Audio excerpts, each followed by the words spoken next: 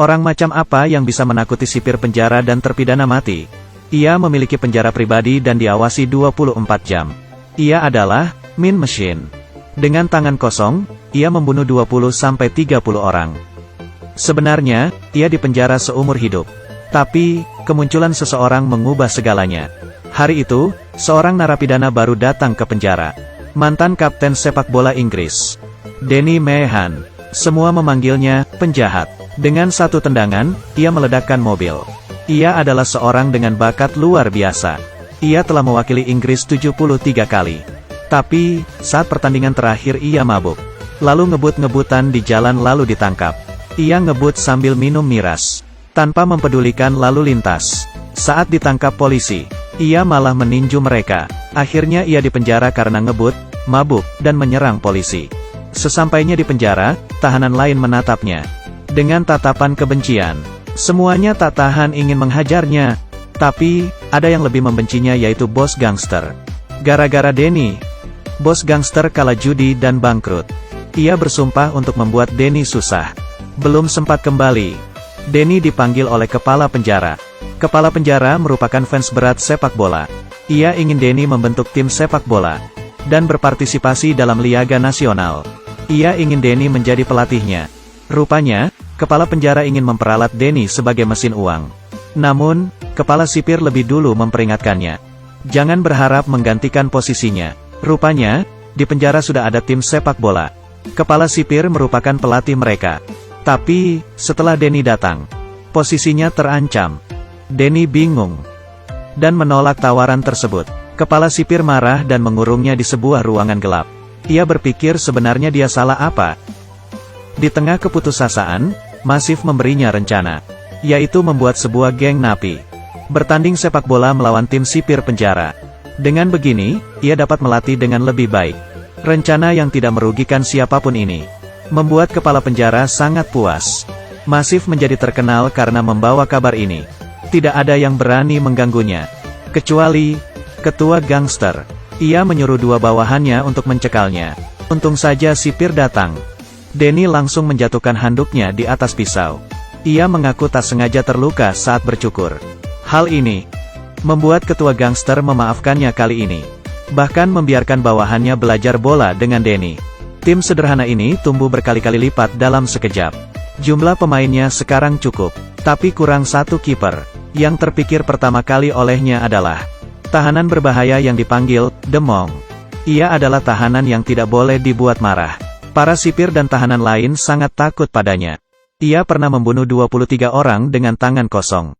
Sebab gila, ia adalah kiper handal. Sekarang ia tidak terkontrol. Sayangnya, ia segera menolak begitu Danny memintanya.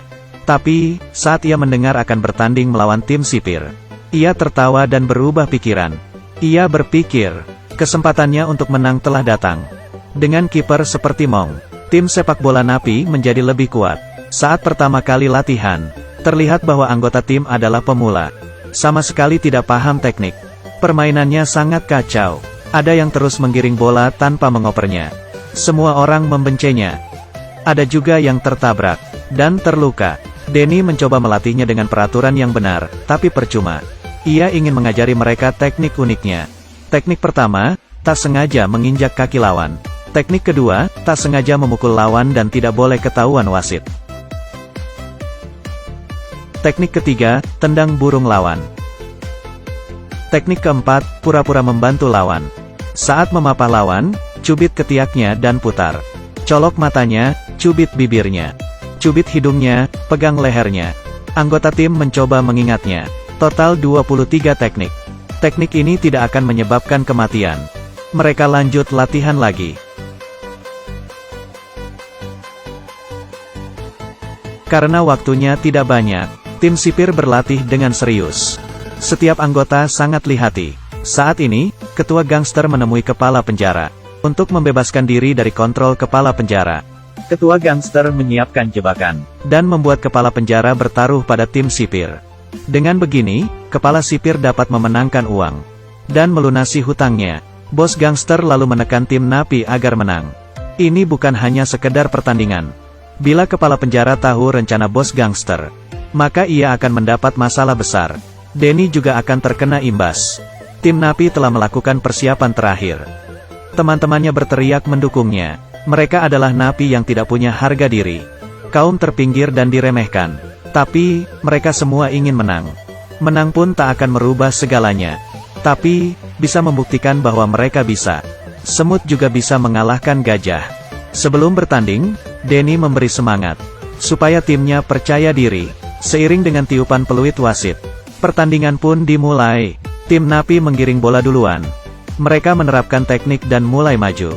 Tapi, tim sipir juga tak main-main. Mereka bertabrakan. Tim Napi mulai mempraktikkan teknik rahasia. Menabrak, menginjak. Yang paling parah adalah, saat tim Napi melakukan penalti. Burung, tim sipir menjadi sasaran. Belum puas, sekali lagi, tim Napi tertawa girang. Kiper Mong yang dijuluki, siluman ini, menggiring bola ke tengah lapangan. Tapi, dijegal oleh tim sipir. Begitu berani. Komentator pun kaget. Mong menatap tim sipir dengan marah. Tim sipir jadi takut. Tak lama, saat wasit tak memperhatikan, Mong menginjak kaki pemain tim sipir. Tim Napi menendang bola. Mong lari lagi ke tengah lapangan. Ia menyundul bola dan hampir gol. Auranya memegang kendali. Sangat mustahil bagi lawan untuk menendang gol ke gawangnya. Mong ingin menghajar siapapun yang ingin menendang bola ke gawangnya. Amarahnya berkobar, tapi Mong menahannya. Kedua tim ini menggunakan beragam teknik. Sepasang mata wasit saja tidak cukup untuk memergokinya.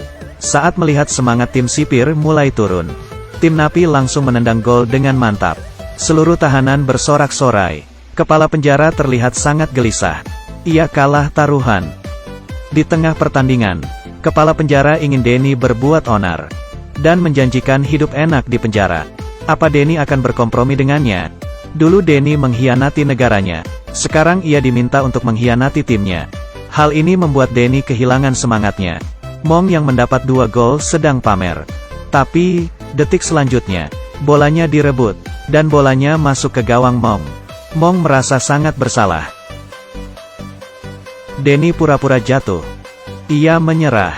Kepala penjara mengangguk setuju. Tapi, saat ia melihat wajah kepala penjara, dan melihat timnya dipermalukan, ia tidak mau mengulang kesalahannya. Meskipun hidup merana di penjara, ia ingin menjadi pahlawan kali ini. Denny kembali bertanding. Semangat timnya berkobar lagi. Saat pertandingan hampir usai, Denny menggiring bola, dan menyerahkan kemenangannya kepada anggota tim yang payah. Ia tahu, kemenangan ini adalah milik anggota timnya.